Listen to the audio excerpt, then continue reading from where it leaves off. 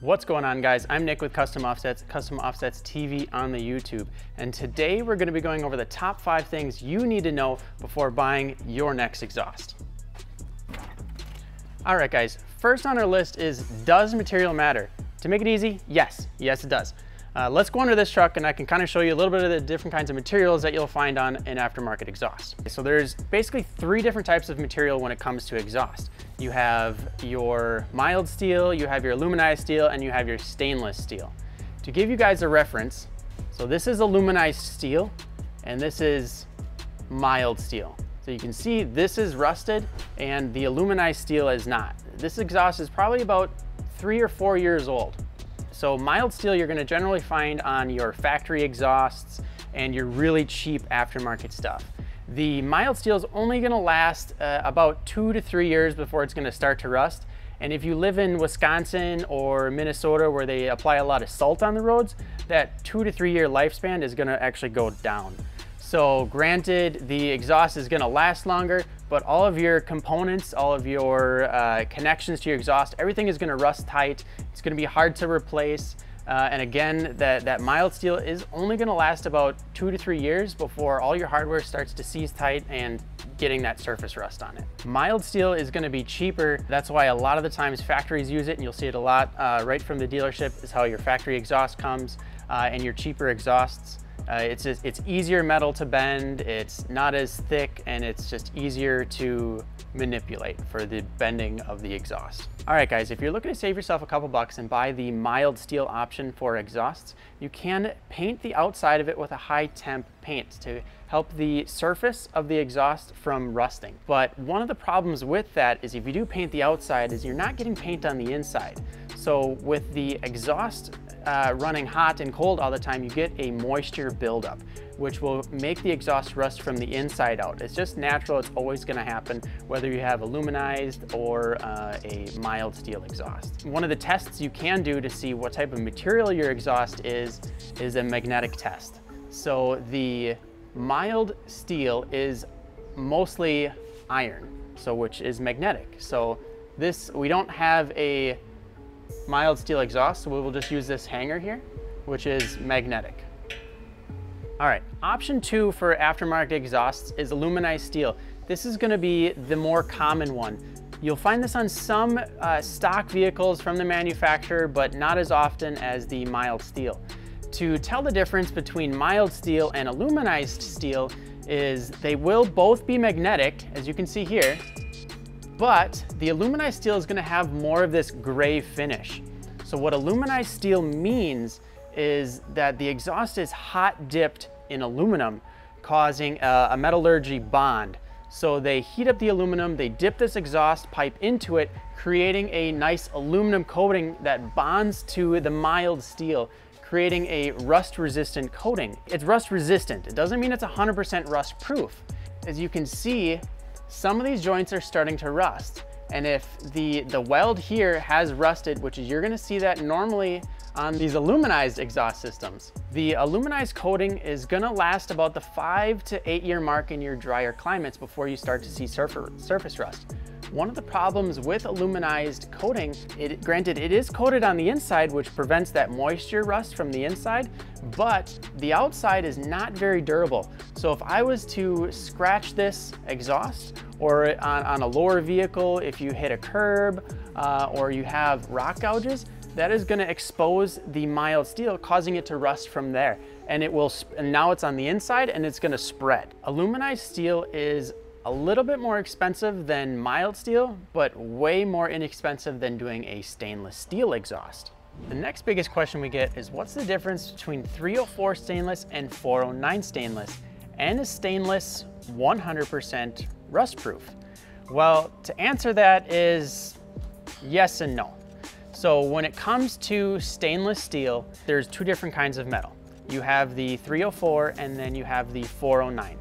304 is gonna be your higher grade stainless steel, where 409 has more iron in it and the 304 has more nickel in it. With more iron in the 409, you're gonna have still surface rust build up after time, especially once you start inducing heat into the exhaust system. One of the differences to tell between 304 and 409 is the magnetic test. Because the 409 has more iron in it, I believe it's about 90% iron. Iron is magnetic, so with this exhaust system, there is no magnetism. So with this not being magnetic, this is going to be a true 304 stainless steel. 304 and 409 stainless steel are both not 100% rust proof. The 409 is going to last you about that 8 to 10 year mark before you'll start seeing some of that surface rust.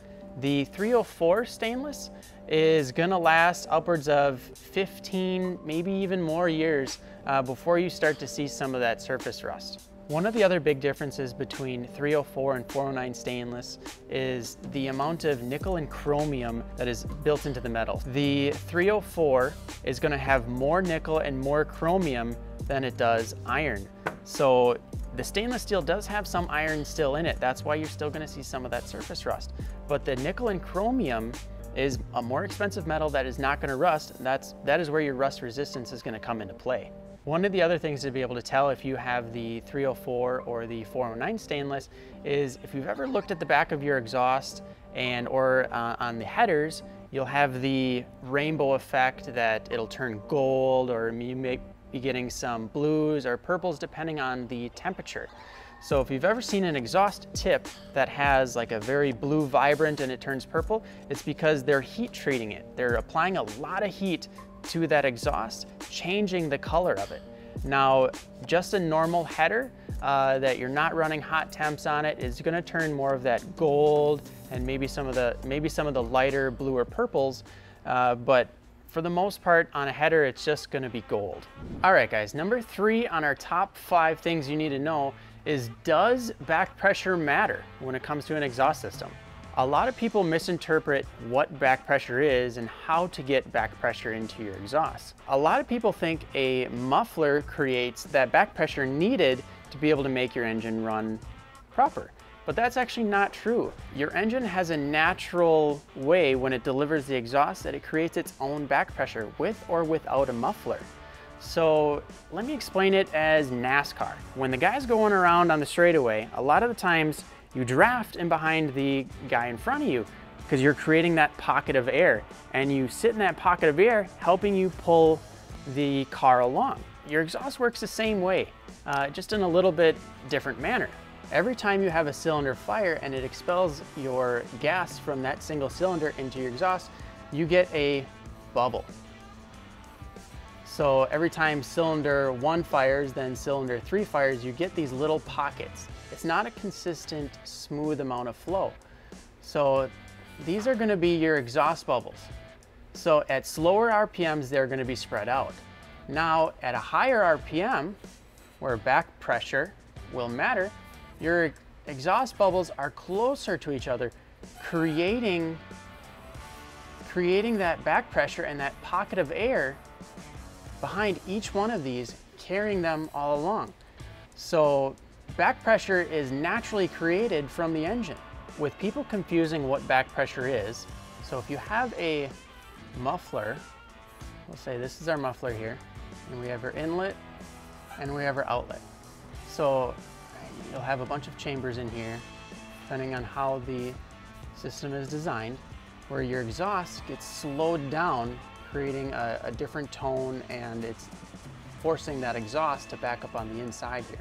A lot of people think a muffler, with it putting a restriction right here, you're creating back pressure to the engine, which isn't the case.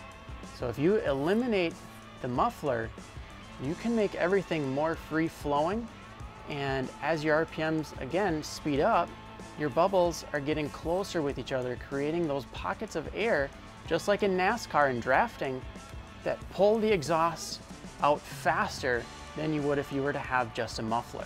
All right guys, so in theory, back pressure is not really needed when it comes to an exhaust system.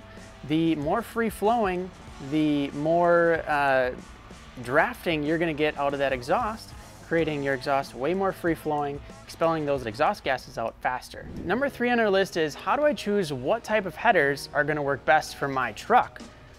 Let's take a look at this stock exhaust here. Stock exhausts are generally made of cast. they're gonna rust faster, and they're just gonna look ugly like this. All right, so you have 4 chambers that are all leading into one that is almost the same size as each one of these. So you're creating a big collection point here that is preventing your exhaust from being free flowing. Now there are 3 different types of headers that you can choose. You have shorty headers, mid-length headers, and long tube headers. Headers are going to be a hard one to choose for your vehicle. I would not recommend finding something that maybe just has the same engine, because a mid-length may not work for an application where it's going to require a shorty exhaust. So I did a V8 swap on my Jeep Wrangler, and I had to use a shorty header because of my control arms in the front axle. So I had a lot of clearance issues, so I had to go with a shorty header. Plus, shorty headers are going to create more low-end torque, so with me turning 47-inch tires, I need that low-end torque that you're going to find from the mid-length to shorty headers. The long tube headers are going to create more high-end horsepower than a mid or shorty header. For the most part, you'll see long tube headers on trucks that are getting into your high RPMs. A long tube header is definitely going to sound a little bit nicer than the short or mid-length, just because you are getting a deeper tone and you're getting a lot less restrictions with those long tubes. All right guys, so when I talk about the 3 things that make up a header, you have your flange here, which is generally made out of a mild steel or an aluminized steel. You can see that it is magnetic, that's how we know that. And then your main tubes, so this is going to be a long tube, which is probably, so there is a little bit of some magnetism here. So this is probably going to be a 409 stainless steel, not your 304. So you'll just get that gold color, and you will, within like 5, maybe 8 years, you'll start to see some surface rust, but generally nowhere near the kind of surface rust that is going to build up on this mild steel flange here. And then the third thing is the collector, which is on the bottom, and we'll go underneath the truck here and show you guys what that collector looks like. So the third part that makes up a header is going to be the collector. So this is going to be a 4-to-1 collector. So you have 4 exhaust ports going into just the one. As you could reference on the stock exhaust manifold, this is a lot bigger than the stock one, creating things a lot more free flowing. To kind of recap what is going to work best for you as far as a header is concerned, every application is going to be a little bit different, but to kind of give you guys a little bit of an idea and a direction, if you're building a truck that you need more low-end torque, look at your mid-length and shorty headers. Now, if you are going to be building a truck that is a high horsepower and you need it to be as most free-flowing as possible, look at those long tubes to get you in the right direction and get that horsepower where it needs to be. For our 5th and final question we get a lot is, what exhaust system should I get for my truck? Well, it depends. So you're going to have a couple different exhaust options. You're going to have your header backs, you're going to have your turbo backs, your cat backs, axle backs, and you'll even have your muffler delete options. So there's a lot of different options that you can play with. The nice thing about like MBRP or Borla is you can go right to their website, and they have 3 different series as far as like a loudness level is concerned. First, you need to pick what type of system you like, whether it be your turbo back, axle back, cat back, or even a axle dump. So to kind of give you an idea what a turbo back is, if we take a look at this truck, turbo back means exactly how it sounds. This exhaust piece comes right off of the turbo and it goes straight back. That's what this system is. It is a turbo back exhaust system. Now, if you were interested in a cat back, now there would be this is a diesel truck, so there's no catalytic converter on this. So there would be a catalytic converter here, and it would be from the cat back that your exhaust is going to be. They're just how they sound.